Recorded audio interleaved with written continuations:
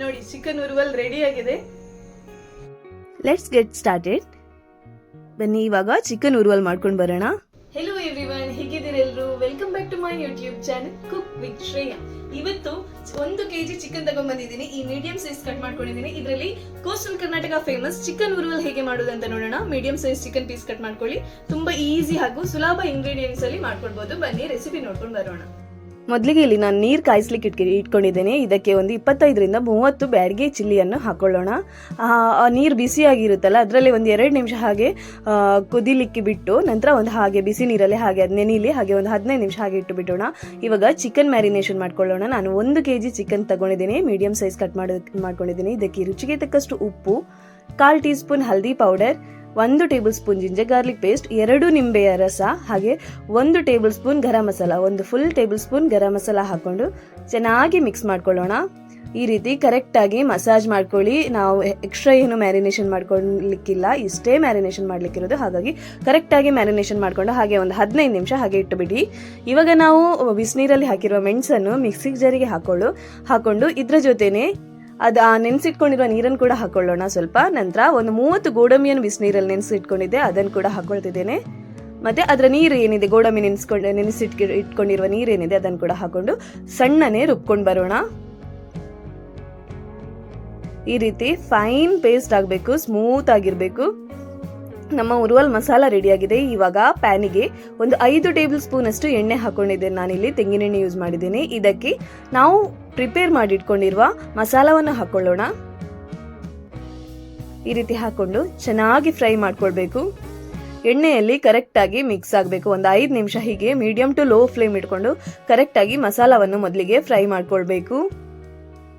ಈ ರೀತಿ ಎಣ್ಣೆಯನ್ನೆಲ್ಲ ಅಬ್ಸರ್ವ್ ಮಾಡ್ಕೊಂಡಿದ್ದೆ. ಈ ರೀತಿ ಸ್ವಲ್ಪ ಕುದಿ ಬರ್ತಾ ಉಂಟು ಸೈಡಲ್ಲೆಲ್ಲ. ಇವಾಗ ಇನ್ನೊಂದ್ಸಲ ಮಿಕ್ಸ್ ಮಾಡಿಕೊಂಡು ನಾವು ಏನು ಮ್ಯಾರಿನೇಷನ್ ಮಾಡಿ ಇಟ್ಕೊಂಡಿದ್ದೇವೆ ಚಿಕನ್ ಅನ್ನು, ಅದನ್ನು ಆ ಮಸಾಲೆಗೆ ಹಾಕೊಳ್ಳೋಣ. ನೀರೇನು ಹಾಕ್ಲಿಕ್ಕಿಲ್ಲ, ಇದೇ ನಾವು ಮ್ಯಾರಿನೇಷನ್ ಮಾಡಿ ಇಟ್ಕೊಂಡಿದ್ರಲ್ಲಿ ಚಿಕನ್ ಏನಾದ್ರು ನೀರು ಬಿಟ್ಟಿದ್ರೆ ಅದನ್ನು ಕೂಡ ಅದಕ್ಕೆ ಹಾಕೊಂಡು ಈ ರೀತಿ ಕರೆಕ್ಟ್ ಆಗಿ ಮಿಕ್ಸ್ ಮಾಡ್ಕೊಳ್ಳಿ. ಚಿಕನ್ ಈ ಮಸಾಲೆಯಲ್ಲೇ ಬೇಯಬೇಕು, ಎಕ್ಸ್ಟ್ರಾ ನೀರೇನು ಹಾಕ್ಲಿಕ್ಕಿಲ್ಲ. ಎಲ್ಲವನ್ನು ಕರೆಕ್ಟ್ ಆಗಿ ಮಿಕ್ಸ್ ಮಾಡ್ಕೊಳ್ಳಿ. ಚಿಕನ್ ಎಲ್ಲ ಮಸಾಲೆ ಜೊತೆ ಕೋಟ್ ಆಗಲಿ. ಇವಾಗ ಸ್ವಲ್ಪ ಉಪ್ಪು ಹಾಕೊಳ್ತಿದ್ದೇನೆ. ಆಲ್ರೆಡಿ ಚಿಕನ್ಗೆ ಉಪ್ಪು ಹಾಕಿದ್ದೇವೆ, ಹಾಗಾಗಿ ಮಸಾಲೆಗೆ ಎಷ್ಟು ಬೇಕೋ ಅಷ್ಟು ನೋಡ್ಕೊಂಡು ಹಾಕೊಳ್ಳಿ. ನಾನು ಮತ್ತೆ ಸ್ವಲ್ಪ ಉಪ್ಪು ಹಾಕೊಂಡಿದ್ದೇನೆ, ಇವಾಗ ಸ್ವಲ್ಪನೇ ಹಾಕೊಂಡಿದ್ದೇನೆ.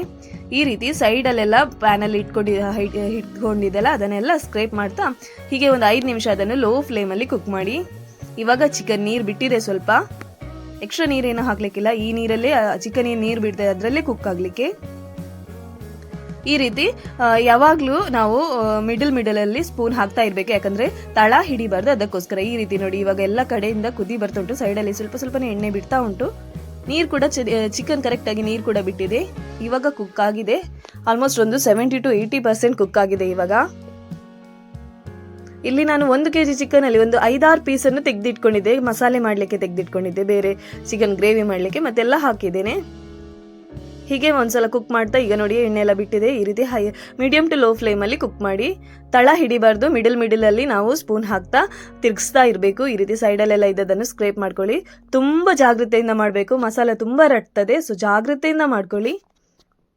ಇವಾಗ ನೋಡಿ ಆಯಿಲ್ ಎಲ್ಲ ಸಪ್ರೇಟ್ ಆಗಿದೆ. ನಾನಿಲ್ಲಿ ಮಸಾಲವನ್ನು ಸ್ವಲ್ಪ ತೆಗೆದಿದ್ದೀನಿ. ನನಗೆ ಅದು ಮಸಾಲ ತುಂಬ ಇತ್ತು, ನನಗೆ ಜಾಸ್ತಿ ಆಯ್ತು ಅಂತ ಅನಿಸಿತ್ತು. ನನಗೆ ಡ್ರೈ ಬೇಕು, ಗ್ರೇವಿ ಕೂಡ ಮಾಡ್ಕೊಳ್ಬೋದು, ಸ್ವಲ್ಪ ಲೈಟ್ ಗ್ರೇವಿ ಕೂಡ ಇಟ್ಕೊಳ್ಬೋದು. ಬಟ್ ನನಗೆ ಫುಲ್ ಡ್ರೈ ಬೇಕಿತ್ತು, ಅದಕ್ಕೆ ನಾನು ಸ್ವಲ್ಪ ಮಸಾಲ ತೆಗೆದಿಟ್ಕೊಂಡು ಉಳಿದದನ್ನು ಹಾಗೆ ಫ್ರೈ ಮಾಡ್ಕೊಂಡೆ. ತೆಗೆದಿಟ್ಕೊಂಡಿರೋ ಮಸಾಲದಲ್ಲಿ ನಾನು ಮರುದಿವಸ ಎಗ್ ಉರುವಲ್ ಕೂಡ ಮಾಡ್ಕೊಂಡಿದ್ದೀನಿ. ಈ ರೀತಿ ನೋಡಿ ಡ್ರೈ ಆಗ್ತಾ ಬಂತು. ಈ ರೀತಿ ಫುಲ್ ಡ್ರೈ ಆಗಬೇಕು, ಎಣ್ಣೆ ಎಲ್ಲ ಸಪ್ರೇಟ್ ಆಗ್ತಾ ಬಂತು.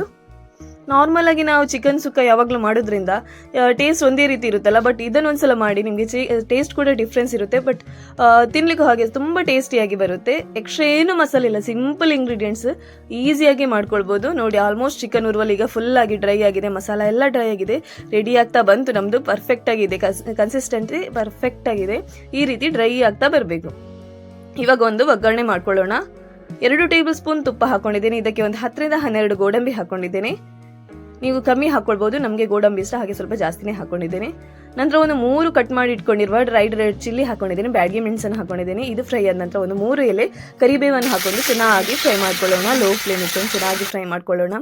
ಆವಾಗ ನಾವು ಮಸಾಲಕ್ಕೆ ಕೊಕೊನಟ್ ಆಯಿಲ್ ಹಾಕಿದ್ದು, ಮೇಲ್ಗಡೆಯಿಂದ ಒಗ್ಗರಣೆ ಮಾತ್ರ ತುಪ್ಪದಲ್ಲಿ ಹಾಕಲಿಕ್ಕೆ. ಈ ರೀತಿ ಒಗ್ಗರಣೆ ಕೂಡ ರೆಡಿ ಆಗಿದೆ. ಈಗ ಇದನ್ನು ನಾವು ಪ್ರಿಪೇರ್ ಮಾಡಿ ಇಟ್ಕೊಂಡಿರುವ ಚಿಕನ್ ಉರುವಲ್ಗೆ ಹಾಕೊಂಡು ಮೇಲ್ಗಡೆಯಿಂದ ಗಾರ್ನಿಶಿಂಗ್ಗೋಸ್ಕರ ಕೊತ್ತಂಬರಿ ಸೊಪ್ಪು ಹಾಕೊಳ್ಳೋಣ. ಫ್ರೆಶ್ ಆಗಿ ಕಟ್ ಮಾಡಿ ಇಟ್ಕೊಂಡಿರುವ ಕೊತ್ತಂಬರಿ ಸೊಪ್ಪನ್ನು ಹಾಕೊಂಡು ಚೆನ್ನಾಗಿ ಮಿಕ್ಸ್ ಮಾಡ್ಕೊಳ್ಳೋಣ. ನೋಡಿ ನಮ್ದು ಚಿಕನ್ ಉರುವಲ್ ರೆಡಿ ಆಗಿದೆ. ಕರೆಕ್ಟಾಗಿ ಮಿಕ್ಸ್ ಮಾಡ್ಕೊಳ್ಳಿ. ತುಪ್ಪ ಒಗ್ಗರಣೆ ಎಲ್ಲ ಕರೆಕ್ಟಾಗಿ ಒಳ್ಳೆ ಅರೋಮ ಬರ್ತದೆ. ಈ ರೀತಿ ಆದರೆ ಮೇಲ್ಗಡೆಯಿಂದ ಒಂದು ಅರ್ಧ ಟೇಬಲ್ ಸ್ಪೂನ್ ಅಷ್ಟು ತುಪ್ಪ ಹಾಕೊಂಡಿದ್ದೀನಿ. ಇದು ಆಪ್ಷನಲ್, ನೀವು ಬೇಕಾದರೆ ಹಾಕೊಳ್ಳಿ, ಇಲ್ಲಾಂದ್ರೆ ಬೇಡ. ನೋಡಿ ಚಿಕನ್ ಉರುವಲ್ ರೆಡಿ ಆಗಿದೆ. ಎಷ್ಟು ಚೆನ್ನಾಗಿ ಬಂದಿದೆ ನೋಡಿ, ತಿನ್ಲಿಕ್ಕೂ ಹಾಗೆ ಸೂಪರ್ ಆಗಿ ಬಂದಿತ್ತು. ನೀವು ಟ್ರೈ ಮಾಡಲೇಬೇಕು ಈ ರೆಸಿಪಿಯನ್ನು. ಇವಾಗ ಪ್ಲೇಟಿಂಗ್ ಮಾಡ್ಕೊಳ್ಳೋಣ. ನಾನು ಒಂದು ಪ್ಲೇಟಿಂಗ್ ಹಾಕ್ತಿದ್ದೇನೆ ಅಷ್ಟೇ. ತುಂಬ ಅಂದರೆ ತುಂಬ ಟೇಸ್ಟಿಯಾಗಿತ್ತು. ಈ ಮಸಾಲ ಒಂದು ಉರುವಲ್ ಮಸಾಲ ಮಾಡಿಟ್ಕೊಂಡ್ರೆ ಎಗ್ ಉರುವಲ್, ಪನೀರ್ ಉರುವಲ್, ಮಟನ್ ಉರುವಲ್ ಏನು ಬೇಕಾದ್ರೂ ಮಾಡ್ಕೊಳ್ಬೋದು. ನಾನು ಹೇಳಿದೆಲ್ಲ ತೆಗೆದಿಟ್ಕೊಂಡಿದ್ದೆ ಮಸಾಲ ಅಂತ. ಅದರಲ್ಲಿ ನಾನು ಲಾಸ್ಟಿಗೆ ಪನೀರ್ ಉರುವಲ್ ಕೂಡ ಮಾಡ್ಕೊಂಡಿದ್ದೇನೆ. ಒಂದು ದಿವಸ ಎಗ್ ಉರುವಲ್ ಮಾಡಿದ್ದೀನಿ, ಒಂದು ದಿವಸ ಪನೀರ್ ಉರುವಲ್ ಮಾಡಿದ್ದೀನಿ. ಸೂಪರ್ ಆಗಿತ್ತು. ನೋಡಿ ಚಿಕನ್ ಪೀಸ್ ನೋಡಿ ಎಷ್ಟು ಡ್ರೈ ಆಗಿದೆ, ಹೇಗೆ ಬಂದಿದೆ ನೋಡಿ, ಮಸಾಲೆ ಎಲ್ಲ ಡ್ರೈ ಆಗಿ ಸೂಪರ್ ಆಗಿ ಬಂದಿದೆ. ನೀವು ಸುಕ್ಕ ಮಾಡಿ ಯಾವಾಗಲೂ ಬೋರ್ ಅನಿಸಿದವರು ಇದನ್ನು ಟ್ರೈ ಮಾಡಿ, ತುಂಬ ಟೇಸ್ಟಿಯಾಗಿ ಬರುತ್ತೆ. ನೋಡಿ ಚಿಕನ್ ಉರುವಲ್ ರೆಡಿ ಆಗಿದೆ. ಪರಿಮಳ ಅಂತೂ ರೆಸ್ಟೋರೆಂಟ್ ಅಲ್ಲಿ ಹೇಗೆ ಸಿಗುತ್ತೆ ನೋಡಿ. ನಾವು ರೆಸ್ಟೋರೆಂಟ್ ಅಲ್ಲಿ ಚಿಕನ್ ಉರುವಲ್ ಎಂತ ತಗೊಂಡ್ರೆ ಹೇಗೆ ಸ್ಮೆಲ್ ಬರುತ್ತೆ, ಅದೇ ಸ್ಮೆಲ್ ನಂಗೆ ಇವಾಗಲೇ ತಿನ್ನುವಂತ ಆಗ್ತದೆ. ಬಟ್ ಒಂದು ಪ್ಲೇಟಿಂಗ್ ಮಾಡಿ ಫೋಟೋ ಒಂದು ತೆಗಿಲಿಕ್ಕೆ ಉಂಟು, ಅದಕ್ಕೋಸ್ಕರ ಹೀಗೆ ಇಟ್ಕೊಂಡಿದ್ದೇನೆ ಅಷ್ಟೇ. ತುಂಬಾ ಟೇಸ್ಟಿಯಾಗಿ ಬಂದಿದೆ. ನೀವು ಕೂಡ ಟ್ರೈ ಮಾಡಿ. ಮತ್ತೆ ಟೇಸ್ಟ್ ಕೂಡ ಹಾಗೆ ರೆಸ್ಟೋರೆಂಟ್ ಅಲ್ಲಿ ಯಾವ ಟೇಸ್ಟ್ ಬಂದಿದೆ ನೋಡಿ, ಅದೇ ಟೇಸ್ಟ್ ಬರುತ್ತೆ ಮನೆಯಲ್ಲಿ. ನೀವು ಕೂಡ ಟ್ರೈ ಮಾಡಿ ಹೇಗಾಗಿದೆ ಅಂತ ಹೇಳಿ. Thank you for watching. ಮತ್ತೆ ನಿಮ್ಗೆ ನನ್ನ ವಿಡಿಯೋ ಇಷ್ಟ ಆದ್ರೆ ಒಂದು ಲೈಕ್ ಮಾಡಿ, ಶೇರ್ ಮಾಡಿ, ಹಾಗೆ ಸಬ್ಸ್ಕ್ರೈಬ್ ಮಾಡಿ. ಯಾರೆಲ್ಲ ಸಬ್ಸ್ಕ್ರೈಬ್ ಮಾಡದೆ ವಿಡಿಯೋ ನೋಡ್ತಿದ್ದೀರಾ, ಪ್ಲೀಸ್ ಸಬ್ಸ್ಕ್ರೈಬ್ ಮಾಡಿ, ವಿಡಿಯೋ ನೋಡಿ, ಹಾಗೆ ಸಪೋರ್ಟ್ ಮಾಡಿ. Thank you.